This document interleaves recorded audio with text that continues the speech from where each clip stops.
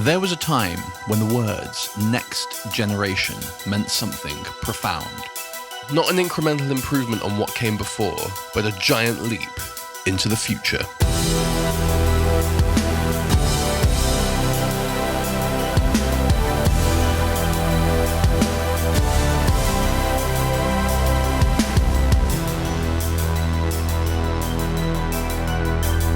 Whether it was the leap from the Super Nintendo to the Nintendo 64 and going from Super Mario World to Super Mario 64, I mean, how do you even pass that?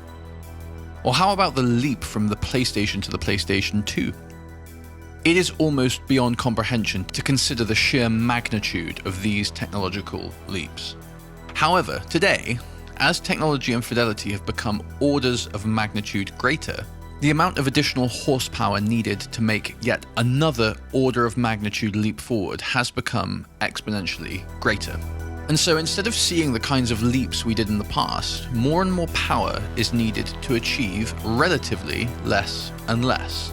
And rather than those gigantic leaps of the past, we moved into the incremental era of cross-generation, where the games of, say, the PlayStation 4 bleed across to the PlayStation 5.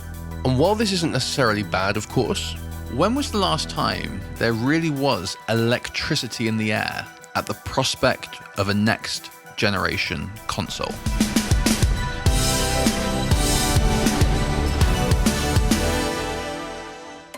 When the Xbox One and PlayStation 4 generation was beginning, I clearly remember a friend asking if anyone else felt a bit let down by what they were seeing.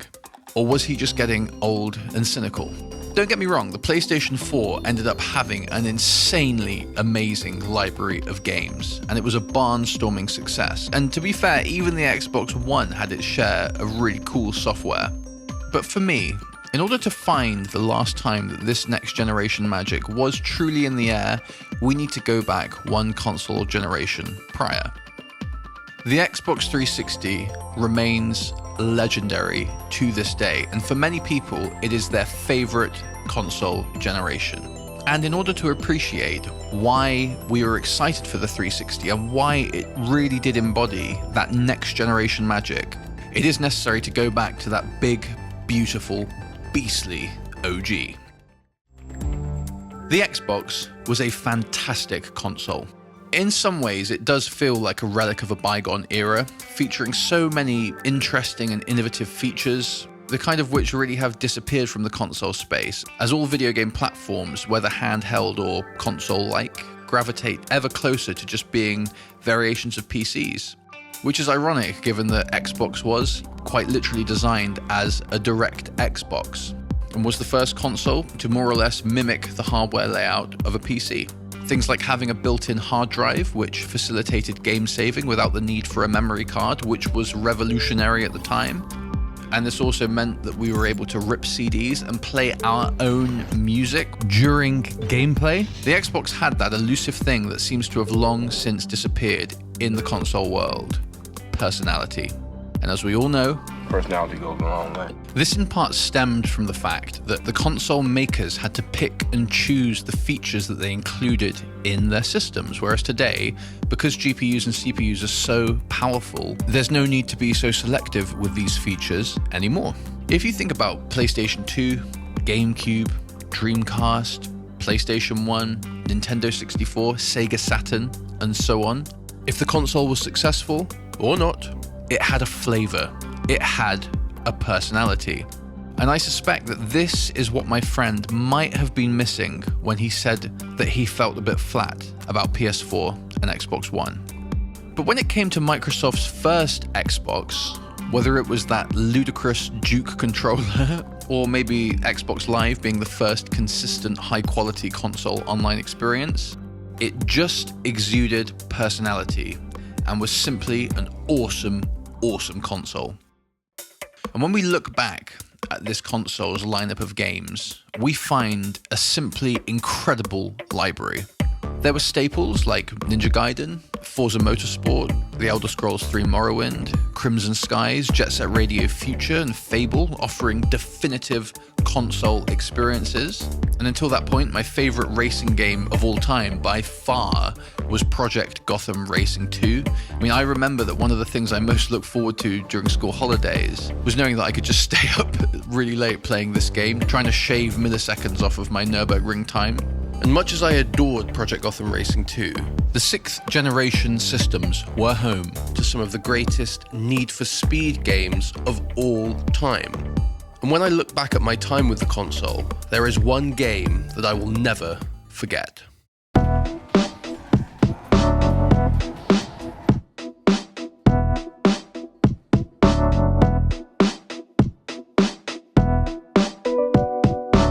Released whilst Too Fast, Too Furious and the culture that surrounded it was still red hot, Need for Speed Underground 2 arrived in the right place at the right time.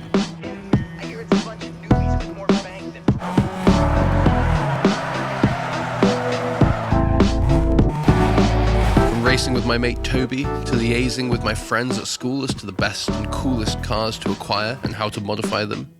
Going and revisiting these games really brought how special this console was back into focus. I got my Xbox just after my parents split up, and being a pretty anxious child, it was such an amazing crutch for me to find solace in.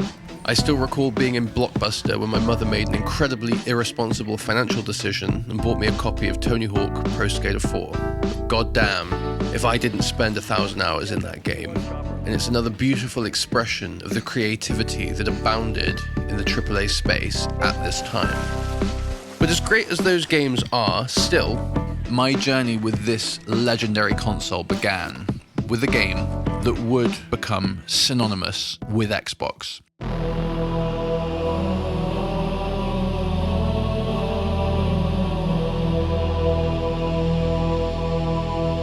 I remember it like it was yesterday. My father had dropped me and my brother off at a video game cafe, if you remember those. It was like being on cloud 9 for us. There were all manner of consoles and arcade machines for us to enjoy, but hooked up to a ginormous plasma TV was a little game called Halo. Firing it up for the first time, it quickly became clear that this was something very, very special.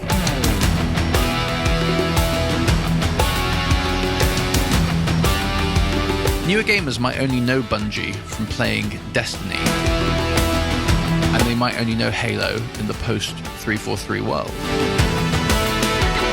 But back in 2001, they revolutionized and redefined the console first-person shooter. Often, when I think back to my earlier experiences with video games, I can't necessarily recall the specific thoughts I had at the time, but I can very, very clearly remember the emotions that I was feeling. And Halo just had that indefinable magic that made me want to play it more and more and more. From its cutting-edge, best-in-class visual presentation to its best-in-class gameplay experience and definitive music, Halo Combat Evolved was true to its title. It was such an overwhelmingly great, high-quality game that it forced people to notice Xbox and the experiences it was capable of creating. And from there, Bungie proceeded to create one of my favorite sequels of all time with Halo 2. Honestly, it's another one of those things that if you weren't there, you'll never know. The pain of trying to watch a trailer on a dial-up internet connection. To give the Covenant back their bomb. But the unprecedented hype and excitement we all felt once we'd watched it.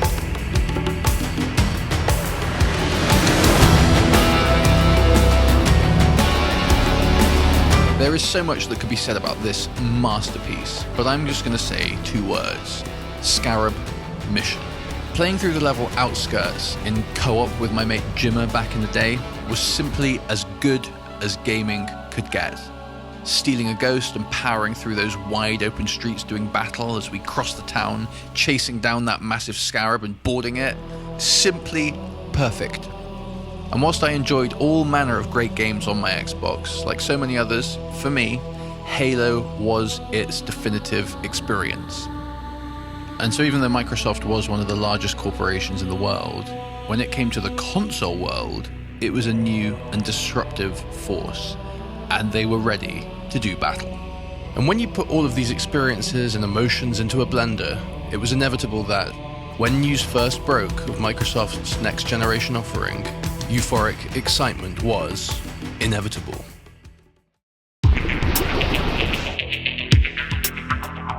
As the first leaks and rumors hit the scene for the Xbox 2, it was clear that we were in for something very, very special. From the custom Xenos GPU from ATI that was, apparently, far beyond anything available at the time, and in then present-day parlance, perhaps as powerful as 4 of NVIDIA's flagship 6800 Ultras. But as exciting as this next-generation GPU was, the most fascinating rumor was the purported move away from an off-the-shelf Intel x86 Pentium 3 CPU that was in the original Xbox, and towards a custom IBM PowerPC solution.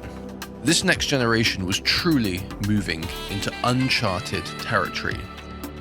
Here's a visual representation to demonstrate how. Until this point, processing on console and PC had been single-threaded, meaning that tasks such as player movement, physics simulation, AI behavior, etc. were processed sequentially. The CPU would have to finish processing one task before moving on to the next one. And once the data had been processed, it would be delivered to the GPU for rendering. Et voila, we have a single frame of gameplay. Now, if a task such as physics, for example, was taking a long time to calculate, other tasks would stack up behind it, waiting for this one to be completed, thus increasing the amount of time it takes to deliver that frame to the player, and ultimately meaning that fewer of them will appear per second, reducing the frame rate. Until this point, optimization had revolved around making this sequential process as efficient as possible.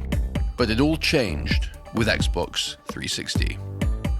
With its state-of-the-art Xenon CPU, the decision had been made to shift from serial or sequential to parallel processing. Immediately, from the visual alone, you could see how much more efficient this is. Rather than having to wait for each task to be completed before beginning the next, multiple tasks could be processed simultaneously or in parallel, massively increasing the amount of data that could be processed at once. This did initially make development significantly more complex and difficult, but ultimately it was necessary to push the industry forward and raise the ceiling of what games could be.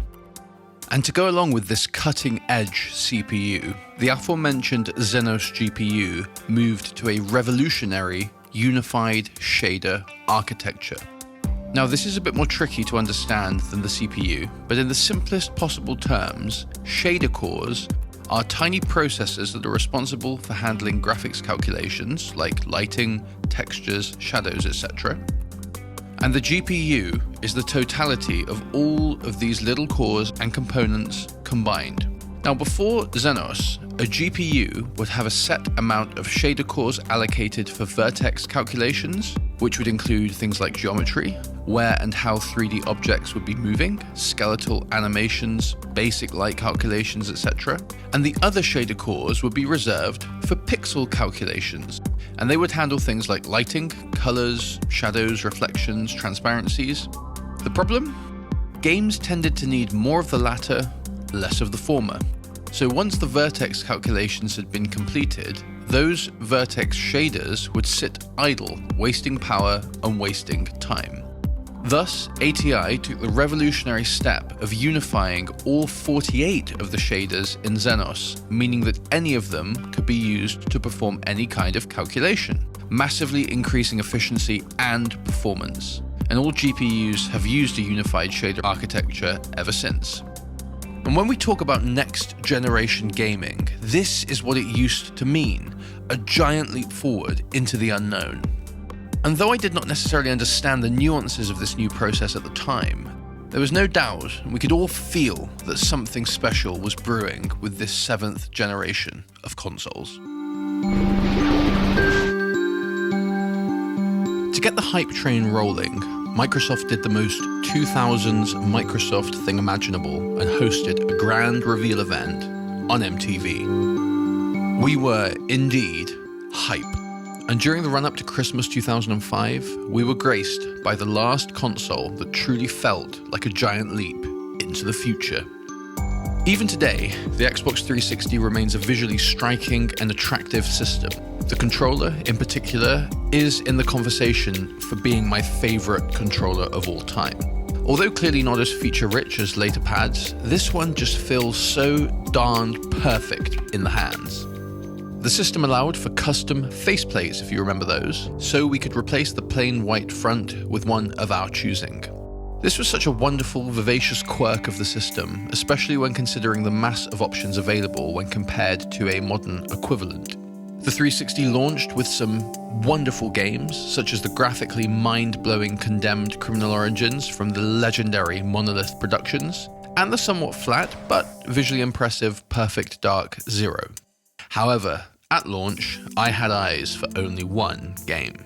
As I intimated before, I loved Project Gotham Racing 2, so to say I was pumped for its sequel was an understatement, and damn, this was as profound of a next-generation moment as I have ever experienced. I had an extraordinary time with Project Gotham Racing 3.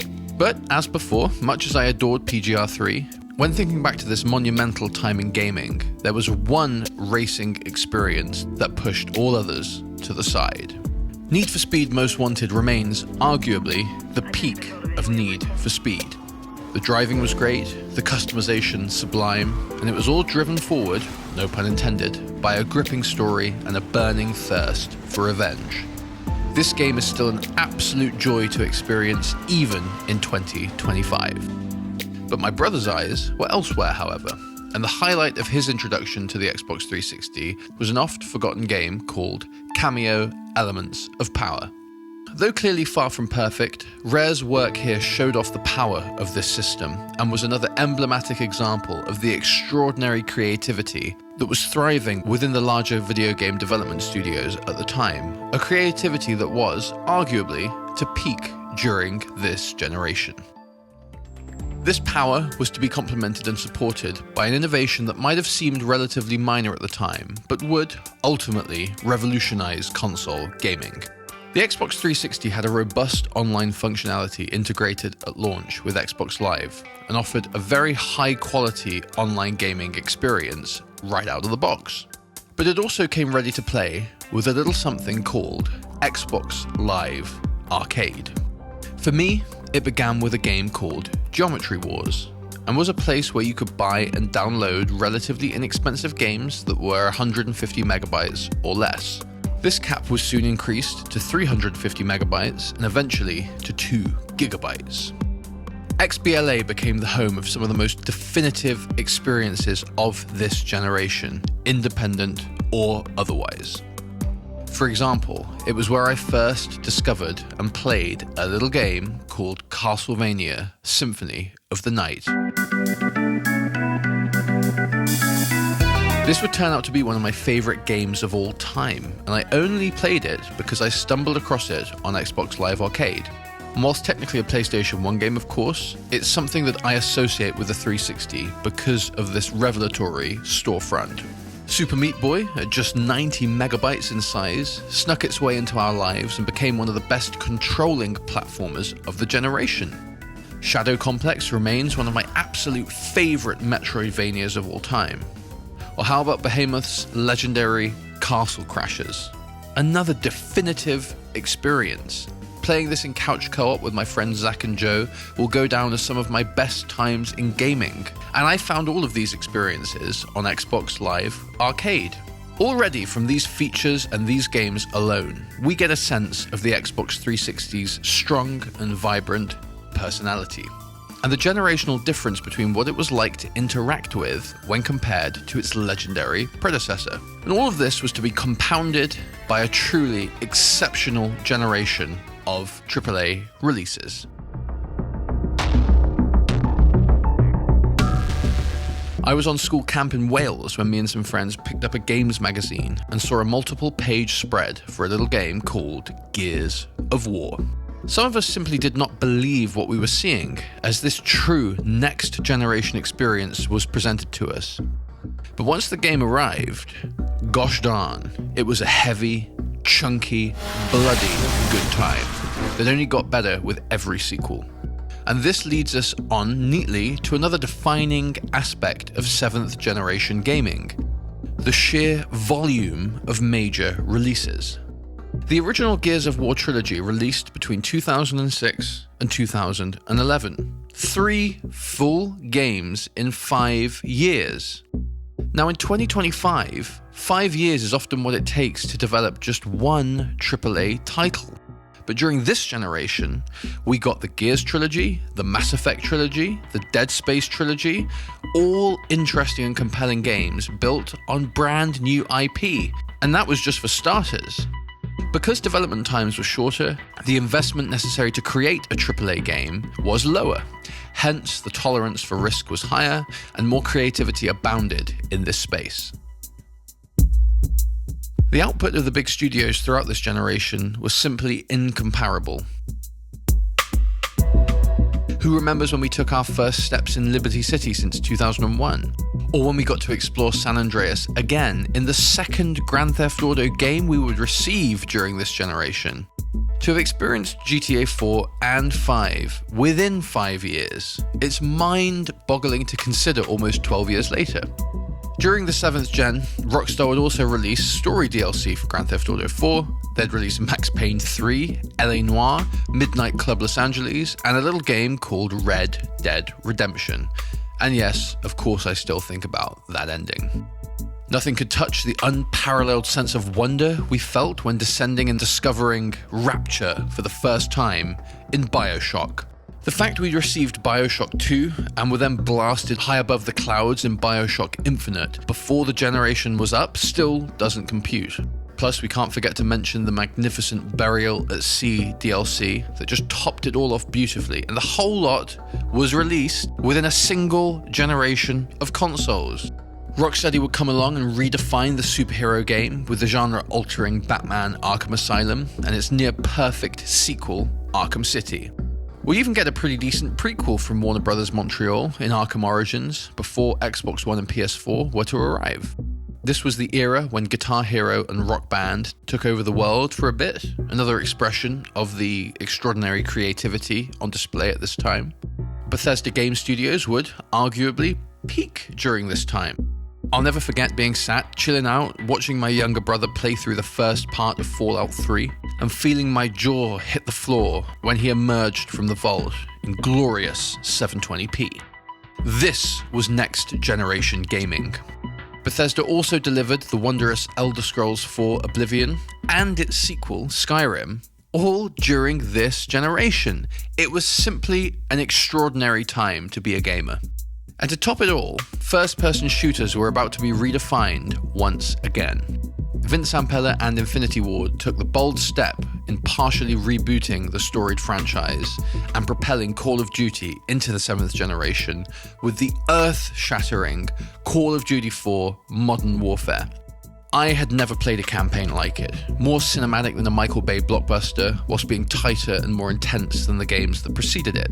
Some complained that it was only 7 hours long, but to me, it was perfection.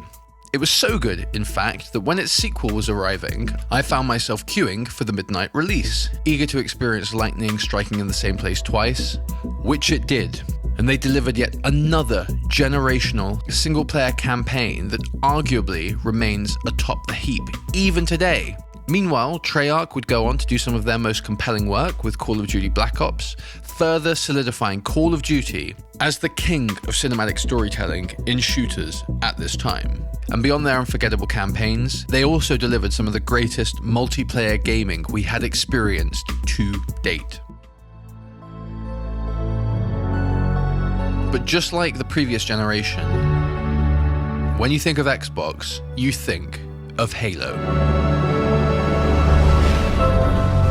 It's hard to argue against the idea that Halo reached its peak on the Xbox 360.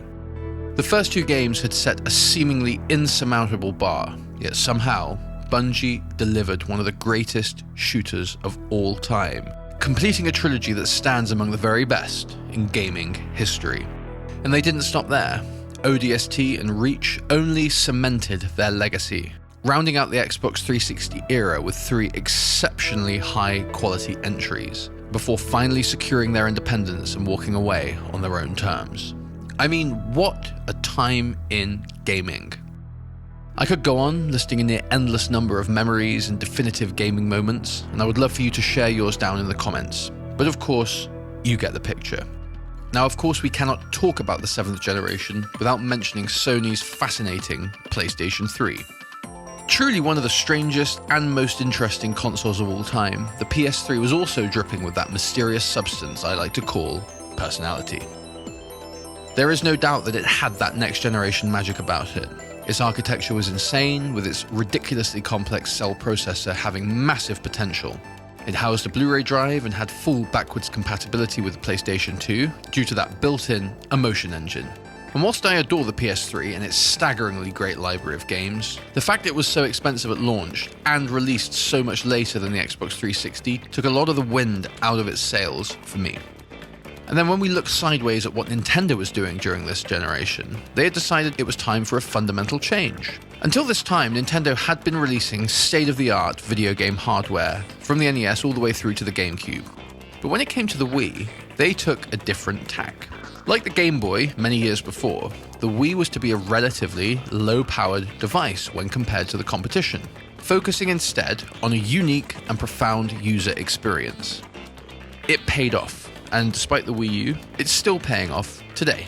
And whilst Nintendo was off doing this, Microsoft and Sony continued iterating, with the PlayStation 4 and Xbox One fully adopting a PC-like architecture, with those dreaded x86 Jaguar CPUs from AMD at the center.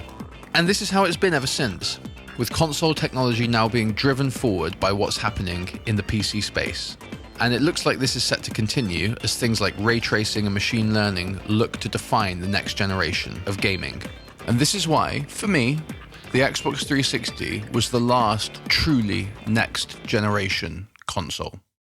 I once heard an incredible saying that I think about quite often. Every piece of technology that comes out before you're 18 years old is totally unremarkable, completely normal. Every piece of technology that comes out between the ages of 18 and 30 is amazing, mind-blowing, absolutely extraordinary. And every piece of technology that comes out after you're 30 years old is a total waste of time and completely irrelevant. There's no doubt that I am exuding some of this boomer energy in this video, but fundamentally the reason I wanted to tell this story is just because I wanted to go back and celebrate an amazing time in gaming and some of my favorite consoles ever. And I thought I'd do it by asking a question that is relevant today. AAA game development is on a completely unsustainable path. But you know, I'm not an expert. I don't spend my life playing video games much as I'd like to. So I defer to the people on YouTube and wherever that work in the industry that do spend more of their lives playing video games than I do. They obviously have a better sense of where the industry is than me. I don't know. Tell me what you think in the comments. Do you have some great memories with Xbox and Xbox 360? And how do you feel that era compares to the present day era of AAA development? I hope you also are able to relive some really cool nostalgic memories, and I hope to see you in the next video. So give me a like if you enjoyed the video. I'd really appreciate that. Thank you very much. And maybe consider subscribing. But other than that, I hope you have a wonderful day. I want to thank you very much for watching, and I will see you in the next one. Bye.